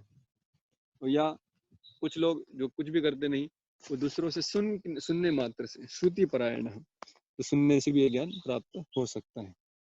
तो ये हमने कंप्लीट किया अगला सेक्शन 20 से लेकर 26, जिसमें पुरुष और प्रकृति का वर्णन हुआ था। अभी जो आगे आने वाले श्लोक है बचे हुए 27 से लेकर 35, ये जो 8 श्लोक है, इसमें भगवान इस प्रकार का ज्ञान प्राप्त करने के बाद उसका फल क्या है, ज्ञान चक्षु क्या है, फिर उस व्यक्ति का अंडरस्टैंडिंग क्या रहेगा, उसके बारे में यहाँ पर बताते हैं। ये ज्ञान प्राप्त करने से व्यक्ति के समझ में क्या सुधार होगा, क्या उसकी सोच होगी, तो वो संक्षिप्त में देखेंगे। यावत् संजायते किंचित सत्वं स्थावर जंगम क्षेत्र क्षेत्रज्ञ संयोगात् तद्विद्धि भरतर्षभ। तो जिस व्यक्ति को क्षेत्र और क्षेत्र के बारे में जानकारी होगा, वो बोले हाँ यार, इस दुनिया में तो और कुछ है ही नहीं, यही है, सिर्फ आत्मा है, परमात्मा है और प्रकृति है, इसके अलावा इस दुनिया में 3 छोड़ के और कुछ भी नहीं है। तो जो भी स्थावर जंगम यानी चल अचल या सजीव निर्जीव जो भी दिखता है उन सब में वो सिर्फ इन तीन चीजों को ही देखता है। ये पहला परिणाम हो गया। फिर आगे का परिणाम क्या है? समम सर्वेषु भूतेषु तिष्ठन्तं परमेश्वरम विनश्यन्ति अविनश्यन्तं यह पश्यति स पश्यति। और फिर दूसरा परिणाम होता है कि अभी वो इसमें अविनाशी क्या है और विनाशी क्या है इसके बारे में जानना चालू होता है। इसमें नश्वर क्या है और सश्वर क्या है, कौन सा शाश्वत है और कौन सा अशाश्वत है, उसके बारे में वो देखने लगता है। डिस्क्रिमिनेशन। तो सेकंड स्टेप क्या है कि अभी उसे भेद समझ में आने लगता है कि कौन सी चीजें महत्वपूर्ण है, कौन सी महत्वपूर्ण नहीं है। समम पश्यन् हि सर्वत्र समम अवस्थितमीश्वरम न हीन स्यात् आत्मनात्मानं ततो याति पराम गतिम। तो हर जगह पर वो समान दृष्टि से देखने लगता है, हर जगह पर आत्मा का और परमात्मा का अनुभव करता है, इसलिए भेदभाव नहीं करता, समदृष्टि उसे प्राप्त होती है और अपने मन से वो विचलित नहीं होता। न हीनस्ति आत्मना आत्मानम। तो अपने अनियंत्रित मन से वो अपने मार्ग से भ्रष्ट नहीं होता, क्योंकि उसके पास अभी क्लियर विजन है। तो ये ज्ञान जानने से ये फायदा है कि हमें स्पष्ट क्लैरिटी मिलेगी अपने जीवन में, फिर अपना मन हमें यहाँ वहाँ खींचेगा नहीं। क्योंकि बहुत बार हम बहुत सारे ध्येय बनाते हैं लेकिन मन। तो 19वें श्लोक में हमने देखा कैसे ये जो व्यक्ति है ये अभी अपने मन के द्वारा प्रभावित नहीं होता है, वो ज्ञान से उसकी दृष्टि होने के कारण सभी परिस्थितियों में समानता, सभी व्यक्तियों के प्रति समानता, सबके हृदय में आत्मा और परमात्मा का वास देखता है और इसलिए अनियंत्रित मन से भटकता नहीं, अपने परम गति तक चला जाता है। ततो याति परम गति। इसलिए जब रास्ते में क्लैरिटी है, मार्ग एकदम क्लियर है, धुंधला नहीं है, कोई कोहरा नहीं है, बारिश नहीं है, धुआं नहीं है, तो आदमी फुल स्पीड से गाड़ी चला सकता है। तो वो इस श्लोक में कहा गया है। समम पश्यन् हि सर्वत्र समम अवस्थितो ईश्वरम न हीनस्ति आत्मना आत्मानम। तो उसका मन उसे अभी सताएगा नहीं, अधोगति नहीं होगी उसके मन के द्वारा, आगे चलता जाएगा ततो याति परम गति, और आखिरी में उसे परम गति प्राप्त होगी। अगले श्लोक में कहते हैं प्रकृति एव च कर्माणि क्रियमाणानि सर्वशः यह पश्यति तथात्मानम अकर्तारम स पश्यति। अभी वो जब वो समझेगा अरे सारी चीजें तो तीन गुणों के द्वारा ही आविर्भूत है और ये तीन गुणों में ही सब कुछ कार्य हो रहा है, तो देखा जाए तो मेरे पास कुछ ज्यादा चॉइस है नहीं, सब कुछ प्रकृति के द्वारा हो रहा है, इसलिए आत्मा जो है वो एक्चुअल कर्ता है नहीं। साक्षात कर्ता तो ये भौतिक जगत ही सब कुछ करा रहा है और ईश्वर उससे सबसे बड़ा करता है। मैं सबसे बड़ा कर्ता नहीं हूँ, यह सब कुछ मेरे इच्छा से नहीं होता। अकर्तारम स पश्यति। तो अपने आप को अकर्ता समझने लगता है जब वो प्रकृति का गुणों के बारे में जाने। जब तक प्रकृति गुणों के बारे में नहीं जानता है तब तक वो क्या सोचता है, तब तक वो मूर्ख होता है। अहंकार विमूढ़ आत्मा कर्ता अहम इति मन्यते। 5वें अध्याय में हमने देखा था कि जो प्रकृति क्रियमाणानि गुणे कर्माणि सर्वशः, प्रकृति के तीन गुणों से सब कुछ हो रहा है, ये जो जानता नहीं वो मूर्ख व्यक्ति है, अहंकार से आविर्भूत है और इसलिए अपने आप को कर्ता मान के बैठता है। लेकिन जो प्रकृति के तीन गुणों के बारे में जानता है वो अपने आप को अकर्ता समझ में आता है उसको। फिर आगे और उसके परिणाम क्या है इस ज्ञान के, वो बताते हैं यदा भूत पृथक भावम एकस्थम अनुपश्यति तत् एव च विस्तारम ब्रह्म संपद्यते तदा। तो इसे पता चलता है अरे अल्टीमेटली इस दुनिया में दो ही चीजें हैं, भगवान तो अपने धाम में है, उनका एक स्वरूप यहाँ पर है परमात्मा, उनकी एक शक्ति है जीवात्मा, उनकी एक शक्ति है प्रकृति। तो देखा जाए तो सारी उनकी शक्तियां हैं। तत् एव च विस्तारम ब्रह्म, सब कुछ उस ब्रह्म की शक्तियों का ही विस्तार है। इसलिए यहाँ पर अलग अलग कुछ नहीं है, सब कुछ कृष्ण की शक्ति है, सब कुछ कृष्णमयी ही है, सब कुछ उसे भगवान की याद दिलाती है, सबका स्रोत भगवान है उसे समझ में आता है और हर चीजों में वो भगवान का दर्शन करता है। क्यों? तत् एव च विस्तारम ब्रह्म संपद्यते तथा, सब कुछ भगवान की शक्ति का विस्तार है, ये उसे समझ में आने लगता है। फिर आगे कहते हैं अनादित्वात् निर्गुणत्वात् परम आत्मायम अव्ययः शरीरस्थोपि कौन्तेय न करोति न लिप्यते। तो जब उसने अपने आप को अकर्ता मान लिया सब कुछ गुण ही कर रही है मान लिया, सब कुछ भगवान की शक्ति मान लिया, तो फिर जब उसकी ये जो गलत पहचान थी वो उसने निकाल दी, तो फिर वो प्रकृति से अलग हो गया। अभी वो चिपका हुआ था क्यों प्रकृति के साथ? क्योंकि उसकी गलत पहचान थी, अपने आप को कर्ता मान रहा था, अपने आप को शरीर मान रहा था, अपने आप को इस सृष्टि का भोक्ता मान रहा था, नियंत्रक मान रहा था। ये सब जब उसे समझ में आ गया कि एक्चुअली कैसे चल रहा है ये, मैं कुछ नहीं कर रहा हूँ, तब करोति न लिप्यते, भले वो इस शरीर में रहकर कार्य करेगा लेकिन कर्म फल में अटकेगा नहीं, क्योंकि अभी उसे अनासक्ति उत्पन्न हो गई, इच्छाएं उसकी मर गई। तो क्योंकि अभी उसे भोग की इच्छा नहीं है, सेवा की इच्छा है। जब तक भोग की इच्छा है तब तक ही कर्म बंधन लगता है। जब सेवा की इच्छा आ गई तो कर्म बंधन नहीं लगते। तो और एक परिणाम हो गया। फिर आगे कहते हैं यथा सर्वगतम सूक्ष्म्याम आदा सूक्ष्म्यात् आकाशम न उपलिप्यते सर्वत्रावस्थितो देहे तथात्मा नोपलिप्यते। जिस तरह आकाश में बहुत सारी चीजें जाती है और आती है, कितनी बार गंदगी आती है जाती है। तो आकाश यानी स्पेस, पोकड़ी, तो बहुत अगर कुछ स्पेस है, उस स्पेस में हम कभी पानी डालें, कभी हवा होती है, कभी गंदगी होती है, लेकिन जो स्पेस है, जो आकाश है, वो कभी उससे दूषित नहीं होता। वो चीज हट गई, पुनः आकाश वैसे के वैसे रहते हैं। तो उसी तरह ईथर का उदाहरण दे रहे हैं कि तब वो व्यक्ति जान लेता है कि वैसे तो आत्मा या परमात्मा स्वयं भगवान इस प्रकृति से कभी दूषित नहीं होता।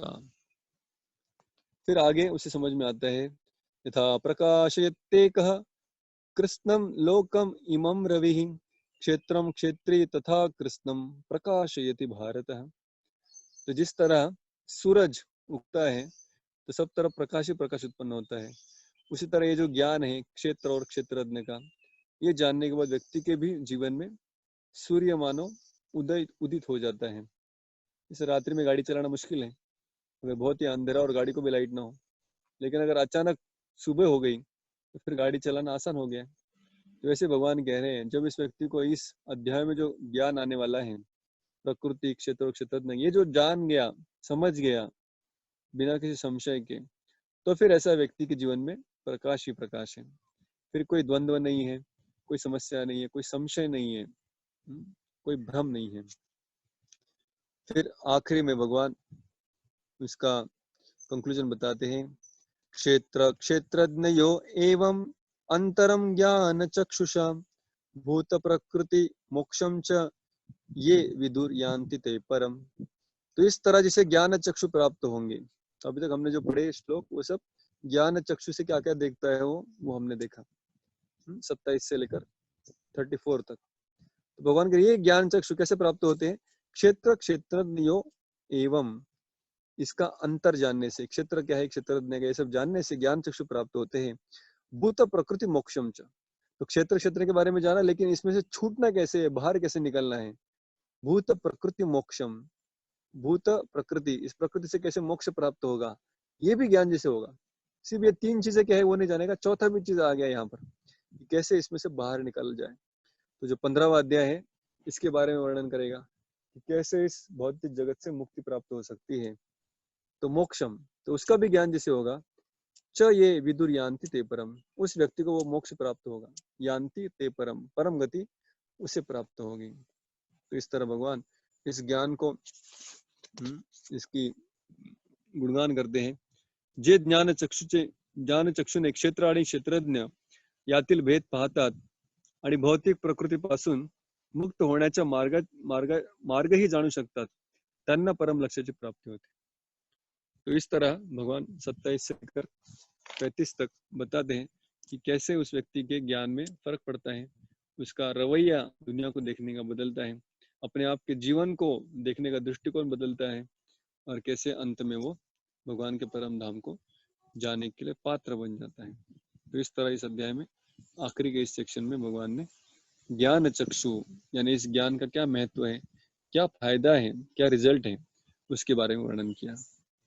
तो इस तरह क्षेत्रज्ञ पहले 7 श्लोक, ज्ञानम ज्ञेयम 8 से लेकर 12 ज्ञान, 13 से 19 ज्ञेयम, ज्ञेयम यानी परमात्मा का ज्ञान दिया है, कैसे अंतर भी है, बाहर भी है, विभक्त भी है, अभक्त भी है। इस तरह अलग अलग प्रकार से भगवान ने परमात्मा का ज्ञान दिया। और फिर कैसे पुरुष, दो प्रकार के पुरुष, आत्मा और परमात्मा, कैसे प्रकृति के साथ संबंध रखते हैं, किस तरह कार्य करते हैं, कैसे इस प्रकृति से छूट सकते हैं, कैसे इन दोनों का ज्ञान प्राप्त कर सकते हैं, उसके बारे में कहा। और फिर आखिरी में ज्ञान चक्षु, ये सब ज्ञान प्राप्त करने से चक्षु यानी दृष्टिकोण कैसे बदलेगा, विजन में क्या बदल होगा, क्या रिजल्ट होगा, वो सब आखिरी के सेक्शन में बताया। बहुत बहुत धन्यवाद। हरे कृष्णा कृष्ण कृष्ण हरे हरे, हरे राम राम राम हरे हरे। शिल प्रभुपाद की जय, अनंत कोटि वैष्णव वृंद की जय, ग्रंथराज श्रीमद् भगवद गीता की जय।